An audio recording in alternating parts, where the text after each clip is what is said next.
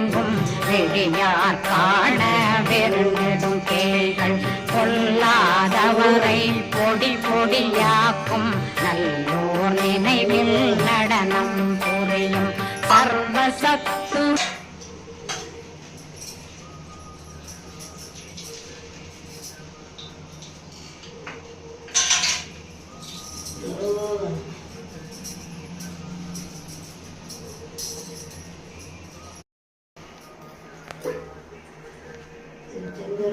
கரோகரம்